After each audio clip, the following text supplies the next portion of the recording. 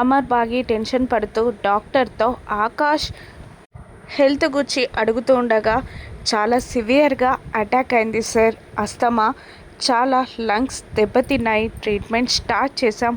First dose పడింది, 4 డోసులు పడాలి. 2 మాత్రమే ఉన్నాయి.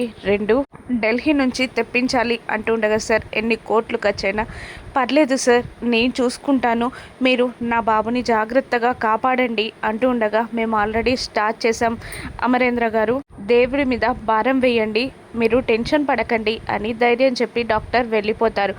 అమర్ బాగి ఇద్దరు అలా ఐసీయూ డోర్లో నుండి ఆకాష్ని చూస్తూ బాధపడుతూ ఉంటారు. ఇక మెల్లిగా డోర్ తీసుకొని లోపలికి వెళ్తారు. అమర్ ఆకాష్ పక్కనే స్టూల్ లాక్కొని కూర్చుంటాడు. ఆకాష్, ఆకాష్, నేను నాన్నని వచ్చాను, ఒక్కసారి మాట్లాడవా నాన్న అని పిలిచేసరికి మెల్లిగా కాన్షియస్లోకి వస్తాడు ఆకాష్. కళ్ళు తెరిచి చూస్తాడు.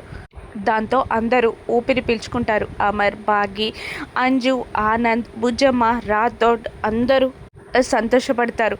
ఇక మెల్లిగా మాట్లాడడానికి ట్రై చేస్తూ ఉంటాడు ఆకాష్. ఇప్పుడు ఎలా ఉంది నాన్న, బ్రీతింగ్ ఆడుతుందా అని అడుగుతూ ఉంటాడు అమర్. మెల్లిగా ఆక్సిజన్ మాస్క్ తీసేస్తాడు ఆకాష్. బాగుంది daddy, sorry daddy, sorry miss అమ్మ, మీ ట్రిప్ చెడగొట్టినందుకు అంటూ ఉండగా నువ్వు కాదు నాన్న, నేనే చెప్పాలి, అసలు నిన్ను కూడా కాశ్మీర్ తీసుకుని వెళ్ళిపోతే బాగుండేదేమో అని అంటూ ఉండగా, అయ్యో పర్లేదు డాడీ, ఇప్పుడు నాకు ఓకేగా ఉంది అని అంటుంటాడు ఆకాష్. ఊపిరాడుతుందారా అని ఆనంద్ అడుగుతుండగా, ఆనంద్ అంటాడు ఆకాష్. నీకు ఇప్పుడు బ్రీతింగ్ తీసుకోవడంలో ప్రాబ్లం లేదు కదా, నొప్పి లేదు కదా అని అంజు అడుగుతుండగా, కాస్త ఇబ్బందిగా ఉంది కానీ ఊపిరాడుతుంది అంజు అంటాడు ఆకాష్. నువ్వు అలా పడిపోయేసరికి భయం వేసింది అన్నయ్య అని బుజ్జమ్మ బేలగా అంటూ ఉండగా, పర్లేదు బుజ్జమ్మ, ఇప్పుడు బాగానే ఉన్నాను, నువ్వు టెన్షన్ పడకు అని అంటూ ఉంటాడు ఆకాష్. రాథోడ్ కూడా సారీ అని చెప్తుండగా, అయ్యో పర్లేదు అంటుంటాడు ఆకాష్.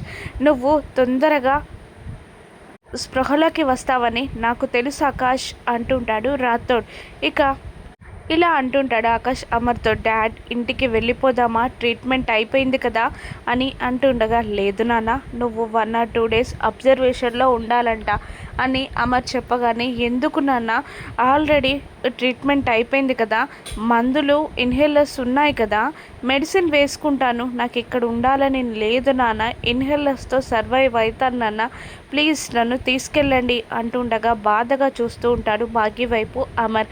అది కాదు నాన్న, ఎగ్జామ్స్ ఉన్నాయి కదా, ఇంకొక రోజు ఇక్కడ రెస్ట్ తీసుకుంటే నువ్వు మంచిగా ఎగ్జామ్కి ప్రిపేర్ అవ్వచ్చు, ఆ తర్వాత హాలిడేస్ కాశ్మీర్కి వెళ్ళొచ్చు కదా, మనం అక్కడ ఎంజాయ్ చేయాలి కదా, అందుకే నీ హెల్త్ సెట్ అవ్వాలి కదా అని బాగి బుజ్జగించే ప్రయత్నం చేస్తుండగా, ఓ అలాగే ఉంటాను నాన్న అని అంటుంటాడు ఆకాష్. మనోహరి అక్కడికి వచ్చి ఆకాష్, అమర్, బాగీలు మాట్లాడుకుంటూ ఉండడం చూసి కుళ్ళుతో లోపలికి వచ్చి బాగీని పక్కకి నెట్టేసి అమర్ పక్కన నిలబడి, సారీ ఆకాష్, సారీ అమర్, అసలు నేను ఇలా ఇంట్లో ఉండుంటే పిల్లల్ని జాగ్రత్తగా చూసుకునేదాన్ని అని అంటూ, ఇక ఎక్కడికి వెళ్ళను అమర్, ఆకాష్ని పిల్లల్ని నేను జాగ్రత్తగా చూసుకుంటాను అని అంటూ ఉంటుంది మనోహరి. కార్లో హాస్పిటల్ బయటే కూర్చొని ఉంటాడు రణ్వీర్. చూసావా ఎంత యాక్టింగ్ చేస్తుందో అని అంటూ ఉంటుంది బాగి. అవును, తిరుగుబోతు మొకంది, అసలు దాన్ని కాశ్మీర్లో ఎందుకు వదిలిపెట్టావు అని రాథోడ్ అడుగుతూ ఉండగా, జస్ట్ మిస్ రాథోడ్, లేదంటే రణ్వీర్తో సహా పట్టుబడిపోయేది అని బాగి అంటూ ఉంటుంది. ఒక్కసారిగా మనోహరిని నిలదీస్తూ ఉంటుంది ఆ బాగి. ఇక్కడికి ఎలా వచ్చావు, ఆకాష్కి బాగాలేదని నీకు ఎలా తెలుసు, అసలు ఈ హాస్పిటల్కి నువ్వెలా చేరుకున్నావు అని మనోహరిని నిలదీయగానే ఒక్క నిమిషం షాక్ అయి, అది యాదమ్మ ఫోన్ చేసి చెప్పింది అని అబద్ధం ఆడగానే, ఆకాష్ బాగాలేకపోతే మాకు ఫోన్ చేసి చెప్పలేదు కానీ నీకు చెప్పిందా అంటూ ఉండగా, అవును మిస్ అమ్మ, యాదమ్మకి మనోహరి గారికి చాలా క్లోజ్ రిలేషన్ ఉంది అని వెక్కిరిస్తాడు. అవును, ఆకాష్ బాలేంది నీకెప్పుడు తెలుసు? అసలు ఆకాష్ హాస్పిటల్లో జాయిన్ అయ్యే 3 అవర్స్ అవుతుంది. మేము కాశ్మీర్ నుండి రావడానికి 1.5 అవర్ అవుతుంది. నువ్వు ఎలా వచ్చావు కోల్కతా నుండి? అసలు ఇప్పుడు కోల్కతా నుండి ఫ్లైట్స్ లేవు కదా, కాశ్మీర్ శ్రీనగర్ నుంచి మాత్రమే ఫ్లైట్స్ ఉన్నాయి కదా, నువ్వు ఎలా వచ్చావు అంటుండగా మనోహరి షాక్ అయి అసలు నాకు సపోర్ట్ చేయాల్సింది నన్నెందుకు ఇలా నిలదీస్తుంది, కనెక్టింగ్ ఫ్లైట్ పట్టుకొని వచ్చాను అని బయటికి చెప్పి మనసులో కోపంగా ఫీల్ అవుతుంది మనోహరి.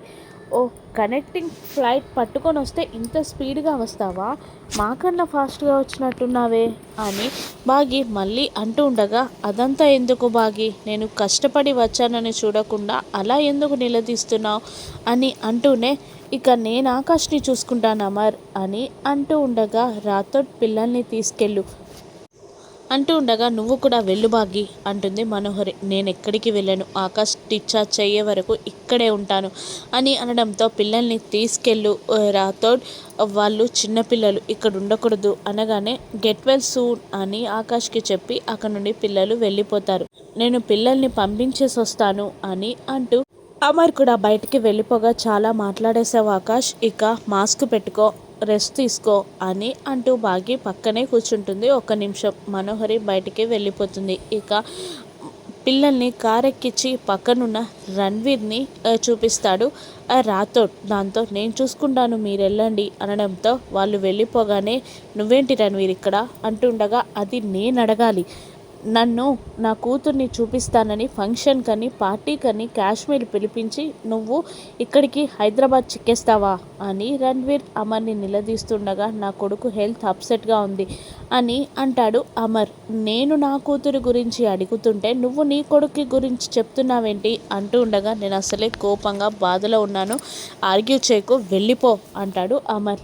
లేదు నేను వెళ్ళను, నా కూతురు ఎక్కడుందో నాకు తెలియాలి అంటూ ఉంటాడు రణ్వీర్. ఇది టైం కాదు, నేను బాధలో ఉన్నాను వెళ్ళు అని అమర్ అంటూ ఉండగా లేదు నేను వెళ్ళను, నువ్వు చెప్పినప్పుడు కాదు నాకు ఇప్పుడు కావాలి, అయినా నువ్వు కాశ్మీర్కి నన్ను ఎందుకు పిలిచావో తెలుసుకోలేనంత పిచ్చోన్ని కాదు నేను, నా కూతురి జాడు చెప్పడానికి కాదు, నువ్వు నా భార్య ఎవరో తెలుసుకోవడానికి నన్ను కాశ్మీర్ పిలిచావు, అయినా నేను వదిలేసిన నా భార్య కూర్చి నీకెందుకు, నా కూతురు ఎక్కడుందో చెప్పు అని రణ్వీర్ అంటూ ఉండగా నేనేం నీ కూతుర్ని చెప్పను అనట్లేదు కదా, టైం కావాలి అంటుంటాడు అమర్.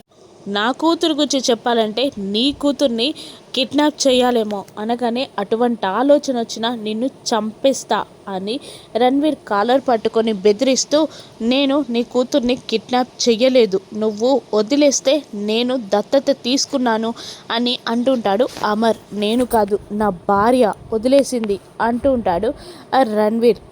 నువ్వు ఎందుకు వెతుకుతున్నావో తెలుసుకోలేనంత పిక్చర్ని నేను కూడా కాదు, ఏ టైంలో తను నీ దగ్గరికి రావాలో ఆ టైంలోనే వస్తుంది, ఇక నువ్వు వెళ్ళు, ఏదైనా ఎక్స్ట్రాల్ చేస్తే నేను మాత్రం నిన్ను చంపకుండా వదిలిపెట్టను అని వార్నింగ్ ఇచ్చి రణ్వీర్ని వెళ్ళిపోమ్మంటాడు అమర్. ఇక రణ్వీర్ కోపంగా వెళ్ళిపోతాడు. బాగి ఐసీయూ నుండి బయటికి రాగానే ఏంటి మా ఇద్దరిని కలుపుతానని చెప్పి నువ్వు ఇక్కడ చేస్తుందేంటి అంటూ ఉండగా వచ్చిన పని ఖచ్చితంగా చేస్తాను, నీ పని ముగిస్తాను అని డబల్ మీనింగ్ డైలాగ్లో మాట్లాడుతుంది బాగి.